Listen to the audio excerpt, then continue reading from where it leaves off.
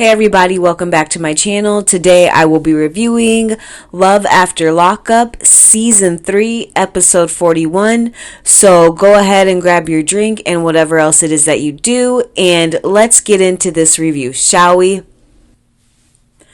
Now we have Courtney and Josh.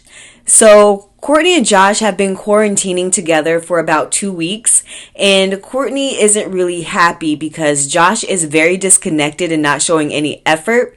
Josh has also been denied parole to her house because she is also on probation.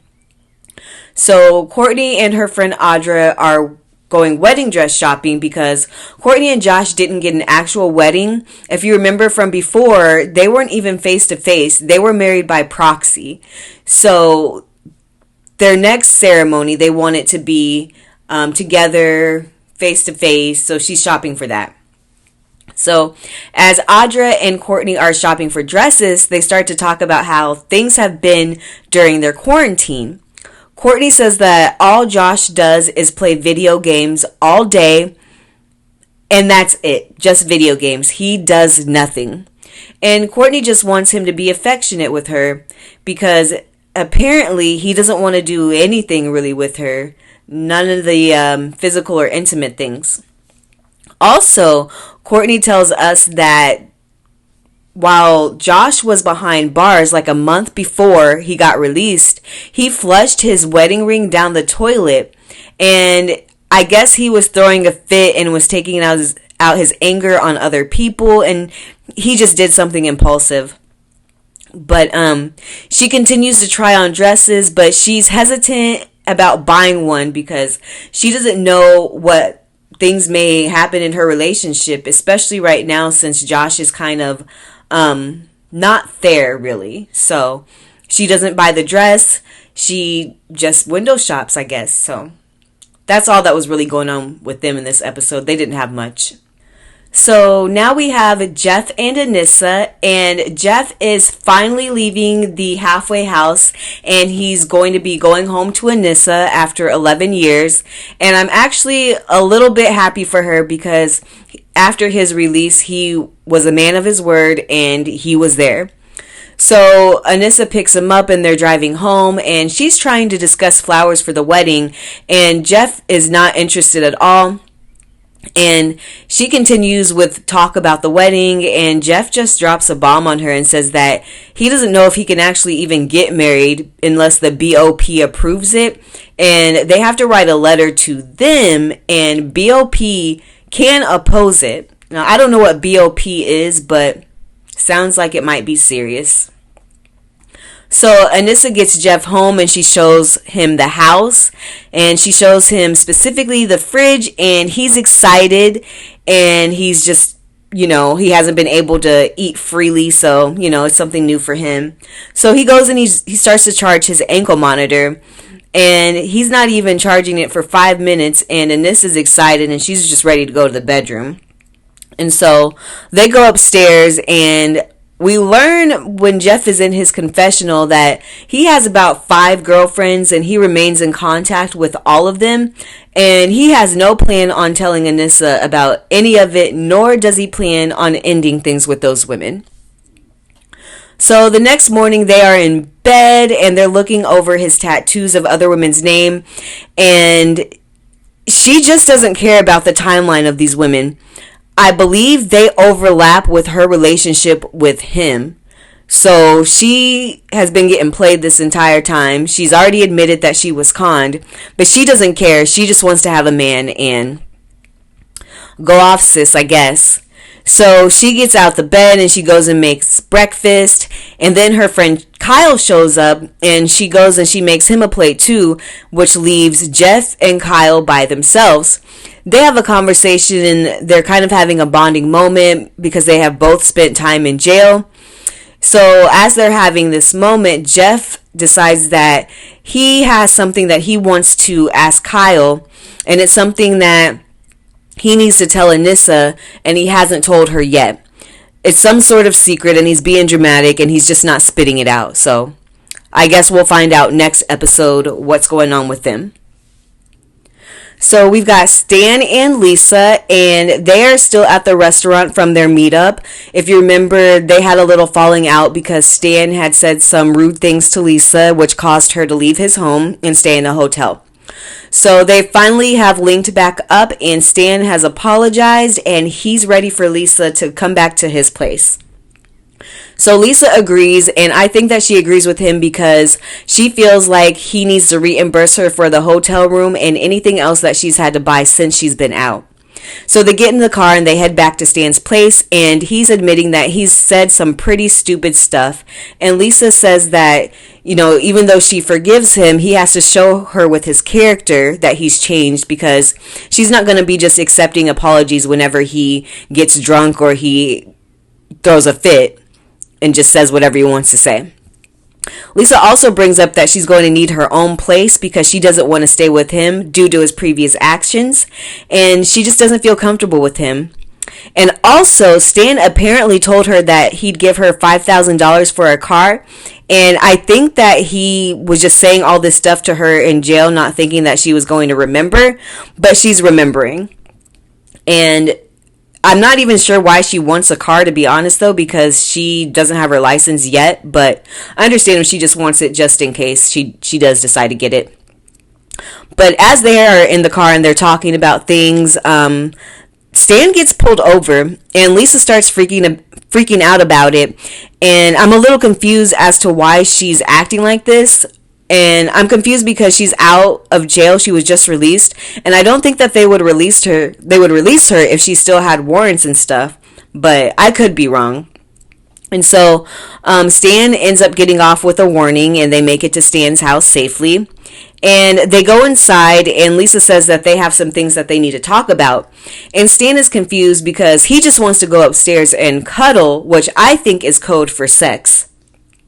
So they start to argue, and Stan starts insulting her again, and it's starting to seem like Stan just wants one thing from her, and he doesn't care about anything else that's going on with her. Or that maybe he needs to get that before he starts to care about anything that's going on in her life, which is completely wrong and he shouldn't be doing. So they're arguing back and forth, and Stan ends up shutting the door in her face, and this is after he pretends that he's afraid that she's going to hit him, which I didn't see any signs of her even being aggressive towards him. But he goes inside, shuts the door in her face, grabs her 2 trash bags full of her belongings and her paperwork, and throws it outside. And she just grabs her stuff and she starts walking down the street. And I really think that Lisa needs to get away from him, because that'll be a reason she goes back to jail. And I also think that Stan needs to go ahead and let it go. She has an agenda, and their agendas aren't matching up. He has an agenda too. He just wants to have sex with her and do all the freaky stuff that they do in the dungeon. And Lisa is willing to do all of that stuff, but she wants to get paid for it too. And I'm not mad at her. So Brittany and Ray. So if you remember from the last episode, Brittany was waiting to pick up Ray from the halfway house. And as she was outside waiting for him, Grandma Sue pulls up. And Brittany's a little irritated that Grandma Sue is there, so she goes and she asks his grandma why was she there. And Grandma Sue tells Brittany that she's there because she just wanted to see him, and that she doesn't have to have a reason to see him. That's her grandson. And yeah, I agree with her. I don't even have anything to say about that. And I feel that Grandma Sue and Ray probably have a very special bond. He's probably the grandchild that she's closest to, and she just wants to make sure that he's okay. Especially, he's just been in jail for 3.5 years, so of course she's probably worried about him. And Grandma is really just worried about him moving fast with this girl that he's only known a few months. And I really don't like how Brittany responds to his grandma at all. Like, to me, if I was Ray, that would raise a red flag to me, that you just want me all to yourself. That's kind of strange. And to feel so entitled. Like, I understand that there's things that she can do that his family can't do, but these are the people that probably held you down for most of those 3.5 years. Brittany's not been in this for that long, so that's just how I feel about that. So then they go to Brittany's home and he's happy with what he sees. They still have a little awkwardness there. You can tell that maybe they're a little bit nervous around each other. They still give me like very much so high school vibes, like they don't really know how to act with each other. But like I said, I think it's just because they haven't spent any real alone time together. So Brittany makes them breakfast and then they go to the bedroom, and you know how that goes. They shut the door, and yeah, you can use your imagination. You know what's going on. But just a little side note here. When Ray is in his confessional and he's talking about his attraction to Brittany and how he really wants to be intimate with her, he says that he's a little nervous because he hasn't been with a woman in about 3.5 years. And did you catch what he said? What he said was, it's been about 3.5 years since I've had sex with a woman. With a woman. So Ray, while you were in prison, were you bending or were you the bender? I'm just curious, and I'm going to repeat that again. Were you bending or were you the bender? I mean, I'm just curious, and y'all should already know what I mean without having to get explicit, but I'm curious. And if you were doing either, does Brittany know you get down like that? Was that a slip? Were you trying to let us know something? I need to know what's going on with these two, so yeah. I can't wait to see if that's where it goes. So now we have Deontay and Nicole. So Deontay and Nicole are preparing dinner for Deontay's mom. And Nicole seems to not really be into meeting her. She makes a comment that if his mom doesn't like her, she won't be coming back over. And that statement alone lets us know that she's not interested in really getting to know Deontay or where he comes from. She's just concerned with what she can get out of him. So as they're making dinner, Nicole pulls out the consultation from the breast augmentation, and we find out that it's about $6,000. And at first, Deontay's saying that it's a lot of money and he doesn't think that he can do it. But Nicole makes him feel bad and he ends up agreeing to pay for it. He says that he will get behind on his bills and not pay his rent in order to buy her breast implants. And this is a complete fool. Wasn't he already in a situation like this before? But you know what? He actively went out seeking these type of women on purpose. So whatever Deontay receives is what he gets. He deserves it. And also, Deontay gives me the vibe that if and when he has a white woman on his arm, he feels like he's made it. Like it's some sort of trophy or something. So right after their little conversation about her getting breast implants, Nicole said that she needs to call Tia, who is her ex, because it's her birthday. And Deontay speaks up and he says that he thinks that it's disrespectful for her to be calling her ex because she would be getting upset if he was doing the same thing, which I don't think that she would be getting upset at all. I don't think Nicole really cares about him or what he does. I think she'd probably encourage him speaking with an ex because probably it would get him to stay away from her or to stop being so sexual with her. So as she's talking to Tia, she starts to complain about meeting his mom and says that she doesn't really want to do it and that she'd much rather be with Tia and that she wants to be taking care of her because I guess Tia is sick. And she also says that she wants Tia to pick her up.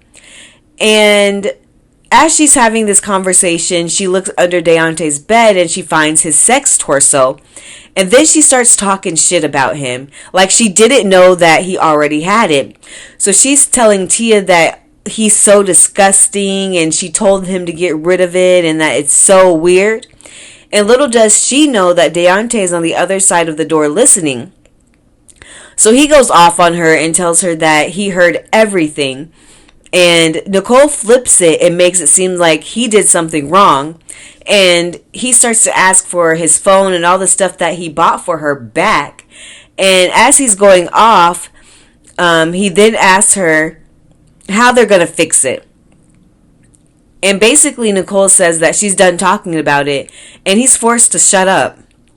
And at first I was proud of Deontay for finally opening his eyes and speaking up for himself, but that was only for a moment, because in just a couple of seconds later, in the same breath, he just let her shut him down and refused to discuss everything that he just heard. And it reeks of desperation. But then again, he does deserve anything that comes with this situation, because he heard what she had to say about him with his own ears. So then his mom arrives and meets Nicole, and the two women sit at the table, and immediately Nicole starts to tell his mom that, you know, I understand how you may be skeptical of the situation, but I just want to assure you that I'm not like his ex or anything like that. I actually really love him and I care about him, you know, and I really want to be with him. And his mom responded and she was just like, what exactly do you love about my son? And Nicole says that she loves him because he's a good man and he's a gentleman. And his mom tells her that, you know, I'm protective of him because he wears his heart on his sleeve and he sometimes doesn't have, you know, the best judgment. And then this fool Deontay says that he needs for his mom to understand that he's a grown man and Nicole is who he chooses to be with, and this is who may be her future daughter-in-law one day, and if she doesn't accept him, or if she doesn't accept her, she doesn't accept him. And I felt like he really thought that he said something big with that statement. I didn't like that he did all that, especially right after the argument that they literally had just before his mom arrived. That makes no sense at all. And I think that he said that to his mom to prove to Nicole that, you know, that she was his everything. But I feel like he was also stupid in doing that, because she literally won't touch you. She won't spend the night at your place. And Deontay really needs to wake up. This is the sunken place for real, and he's there at his own free will. He literally went out and searched for it and walked himself straight to it.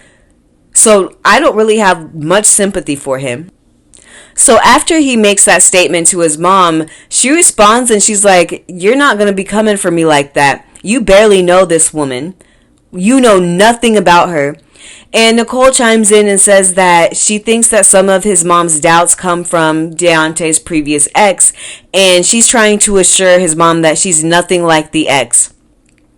Deontay then says that it's hard for him because there are similarities between the two. The first girl got out of jail and acted like she didn't want to be around him, and that's exactly what Nicole is doing, because, like I said before, she hasn't even stayed with him, not one day since she's been out. And his mom cuts in and she's like, are you serious? You've been in jail for 4 years and you're not trying to rub up on my son? Like, what's really going on here? I don't think that you have a problem with being intimate.